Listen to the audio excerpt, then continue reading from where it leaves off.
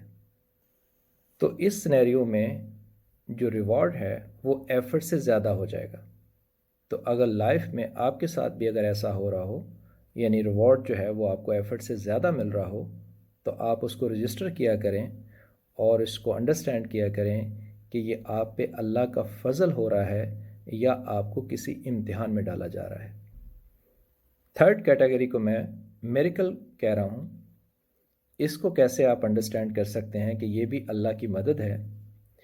دیکھیں، first category میں law of nature, scientific laws apply ہو رہے تھے، لا آف کازیلٹی اپلائی ہو رہا تھا، اور اللہ تعالیٰ نے ان کو کریٹ کیا ہے، اللہ تعالیٰ ہی ان کو ریگولیٹ کر رہے ہیں، تبھی ہم جو ہے وہ سروائیو کر رہے ہیں۔ یہ فرسٹ کیٹیگری تھی اللہ کی مدد کی۔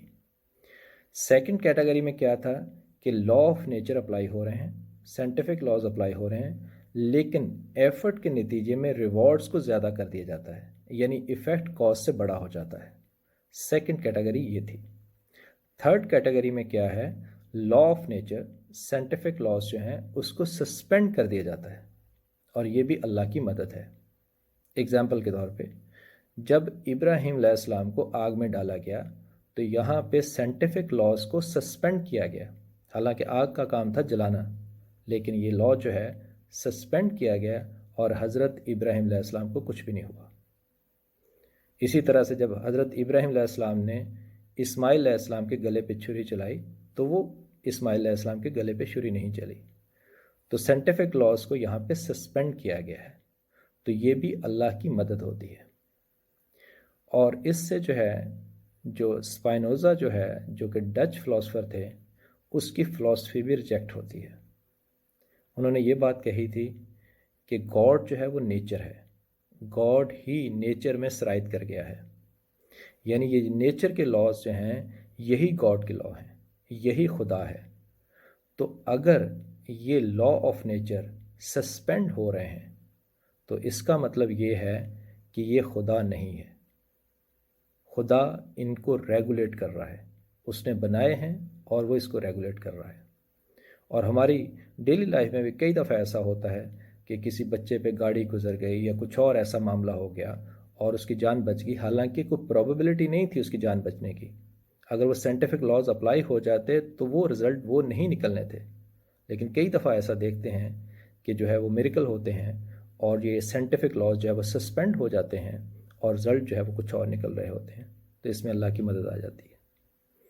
تو یہ جو ہے تھرڈ فارم ہے میریکل والی، جو ہے کہ اس میں بھی اللہ تعالیٰ کی مدد ہوتی ہے۔ فورتھ کیٹیگری کو میں نے نالج اینڈ گائیڈنس کہا ہے۔ اس کو میں نے نالج اور گائیڈنس کو اللہ کی مدد کیوں کہا ہے؟ اس کی ریزن یہ ہے کہ اگر ہم یہ لا آف نیچر، سائنٹیفک لاز یا سائنس کو ہم اپلائی کرتے ہیں تب بھی ہمارے پاس یہ نالج نہیں آ سکتا ہے کہ اس یونیورس سے پہلے کیا تھا یا ہماری ڈیتھ کے بعد جو ہے وہ کیا ہوگا۔